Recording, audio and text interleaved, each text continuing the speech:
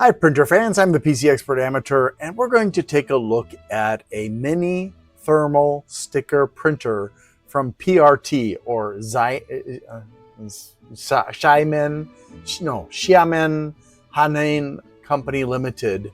It's the S1 printer, and it's a mini printer, and it takes a 2.24 inch or 57 millimeter roll of paper or labels. It also requires the Here Print app. So if you don't want a printer that is reliant on your phone to be able to print things, and I did try to make it work with my computer without the app, and it would not cooperate with me. So either I don't know enough to be able to do that, which is entirely possible, or they have deliberately made it so that it can't be run through a computer, which would logically suggest that since it's a Chinese product, that they're using it to spy, just like with TikTok and Temu and AliExpress and Alibaba and a whole bunch of other games and programs you wouldn't even realize are Chinese controlled. That they're spying, they're collecting data, which is the same as what Facebook does. Of course, in the case of Facebook, he sold all that data to China recently, very recently. And he also stole it through his Facebook app, in which his Facebook app would hack into a lot of the other apps on your phone. Yay, Mark Zuckerberg. He's always been a psychopath. I mean, nothing has changed. That's my opinion anyways. All right, so let's take a look at the printer, and it comes with one roll of label paper. I have swapped in some thermal paper in here, but I want to show you what it looks like if you print with this. So first of all, you can release this in one of two ways. You can either release it using the release there, or you can push down on the back part here, and it will release eventually, although I suggest that you do it the way you're supposed to so you don't break it. Make sure that when you are closing it, that the paper is not stuck underneath, like it just got stuck, because then it won't come out and it may jam up your printer. Now, there's another thing about this that you need to know. This is actually a container for the roll of paper or label, whatever you're going to be using. And you can see that it even shows you how to correctly reload the paper or labels into here. And you can just pull that out, and that's what it looks like. And you can just put that back in with the pictograph facing upward, and this is going to slide just straight in. And then you close it again, and you're ready to go. Once you turn it on, you're going to use that button there, and once it's on, that light will come on. So what we're going to do now is I'm going to get connected. This is my son's phone. I don't have my own phone except for a really, really old iPhone 8. And I am not enjoying using it. I'm really grateful to my aunt for giving it to me, but I don't enjoy it. So I've got the app already installed on here. It's called Dolewa, I believe. And where did it go? Ah, there it is. So that is the icon right there. And as you can see, it's asking to connect. So we're going to add the device. And it's trying to find it right now. Shouldn't be too hard. Unless... Nope. Bluetooth is still on. Unable to find your printer. Okay. That's a little bit confusing. Oh, I know. This is the wrong app. Silly me. It's the Here Print one. I opened the wrong one up. There we go. Okay, so it's connected. It tells you the battery status, which is 60%. So, ideally I'll want to charge this printer. But at this point, I've got some sample pictures on the phone, and I already printed one out using a different printer, and this is the quality I got from that printer, and that's on label paper. And if you look over here, these were also printed on the other printer. This one was a lower resolution image. This one was very high resolution. This one was pretty high resolution, as was this. And this one was kind of in between, but it's a very simple image, so it's not hard to make it look good that way. So what I'm going to do here is I'm going to print a picture from one of the ones that I've saved. And since I've got this lovely example right here, I'm just going to print that one out. And there it is right there. Of course, this doesn't print in color, unfortunately. And then we print the print button. I hope it doesn't look that bad. But it looks better than I thought it was going to look, but we'll compare it. Now, there is a smart filter feature. You might want to turn that off and see if that helps any. So now that I've got it turned off, I'm going to do a few things. I'm looking at the picture that printed out, and if you see, it's quite dark. So I'm going to try to adjust that so it's closer to what it should be. I'm going to change the filter to that, and I think that would be good. I don't want black and white. That one's very nice right there. And that's the default. So we want something very bright. And I'm sure that there are lots of other things that you can do here with it, editing. So I'm going to try to increase the sharpness. Ooh, that's too much. And contrast. Maybe that'll be a little bit better. Also the brightness. It makes it look washed out on the phone, but it may make a difference. Okay. And we'll go back. And I think that should be it. So we'll try and print it again now. Oh yeah. Yeah, that's much, much better. Okay. So you can see the first time and the second time. That's what we got. First time is pretty bad. Hold on a second here. And the second time is actually pretty close. I did a pretty good job of getting it close to the one from the other printer. I would say that in actuality, this one, because I adjusted it, this one was unadjusted.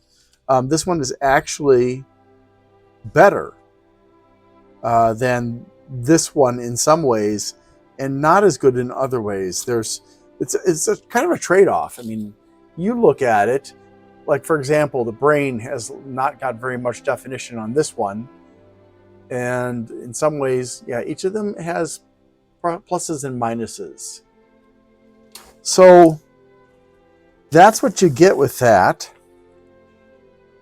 And I think that is definitely better than what I was expecting, because when I saw the image where, this image here, I was like, oh my God, this is horrible. I don't even want to use this one. This one unfortunately only comes with one roll of printer labels, one row of labels. It's a continuous label. And that's, so it looks like that. And you just cut it whenever you're done. So actually, this is pretty good. I think that's actually a really good comparison right there. And I think that if I were to play with the settings a little bit more, I could make this one just as good as that one there. Yep, pretty darn sure. So that's nice.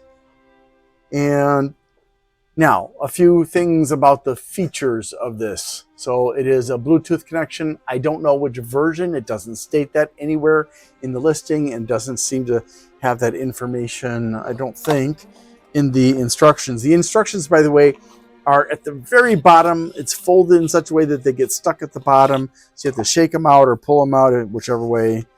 I don't think... It does have some specs in here. Just... Where is it? No, it doesn't have specs. I was wrong. It's the other one that has specs. But it's easy to use. I would say that when I first started looking at it, I found, because of my anxiety, I found the array of options to be a little bit intimidating. But that's just because I'm not... Sorry. That's because I'm not used to using it. Once I become accustomed to it, not a problem whatsoever. According to this, the PRT S1 portable sticker printer, inkless, uses thermal printing.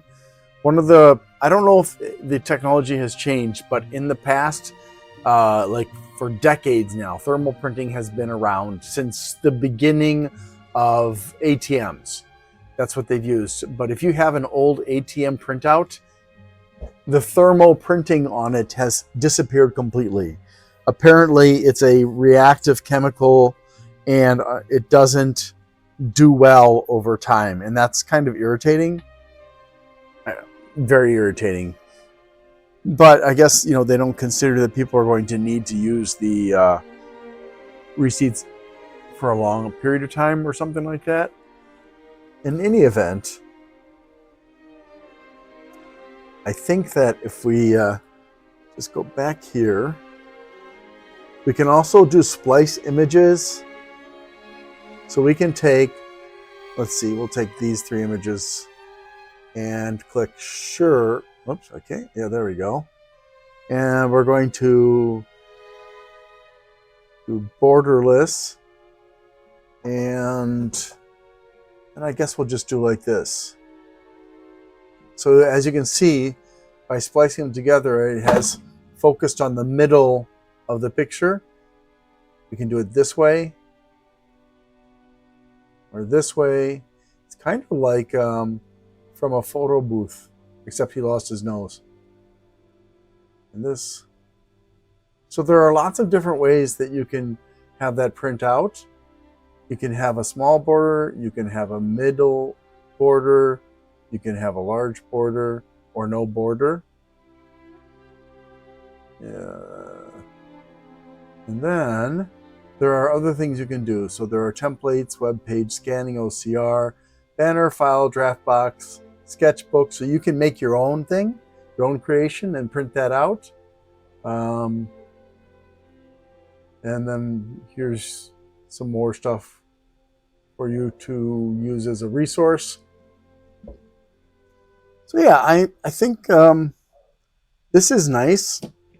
Number one, I think is nice for children, even teenagers. I've offered this to my son, and he said he wants it, so I'm going to be giving it to him. And I think also that teachers would appreciate something like this because it gives them a resource, an easy way to print something small out without wasting a lot of paper, without wasting a lot of time. All you gotta do is put that image onto the phone, either transferring it from your computer to your phone or taking a picture or whatever, and then you print it out. So for example, you could take a photograph of your student and then print out that photograph, even though it's in black and white, well, grayscale. Then they could put it on their locker or on their cubby or whatever it is that they've got. You could print out a little star or something like that for students on label paper so that you could give them a little thumbs up kind of deal on classwork that they've done or homework or whatever. You know, whatever your imagination can come up with, you can probably figure out a way to use this printer for that purpose. I mean, assuming it's printing. And it also, again, it does scanning. So I'm not sure how the scanning works. I'm assuming that the scanning would be through the phone. I will caution you, as I mentioned earlier, There are a lot of apps coming from everywhere, including from American companies that are spying and stealing data and doing a lot of other stuff. And it really irritates me that Congress, by and large, refuses to protect us from all these cybersecurity breaches that are being perpetrated by American companies against us, the consumers. But they don't really care.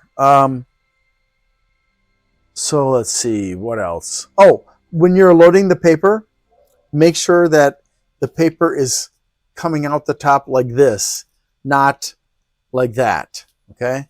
That's an important distinction. If you do it the wrong way, it's not going to feed, most likely. And if it does feed, it'll not feed correctly. For people who want to have an instant picture, yeah. And obviously this is a nice gift. It's not particularly expensive at probably a little bit over $20, depending on where you buy it and how much the shipping and handling is going to cost. So that's it about this printer. I've got one more to go and then we're done. Thanks for watching and I hope you have a great day. I need to ask for your help. Things have been challenging. Whose life hasn't been challenging lately?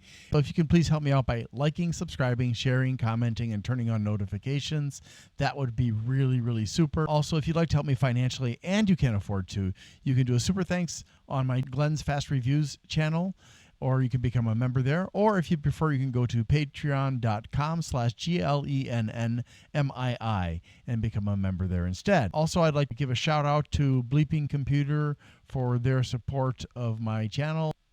If you need resources for computers, for getting rid of malware and learning about cybersecurity and stuff, Bleeping Computer, BLEEPING computer.com is a great resource. Thanks so much for watching and have a great day.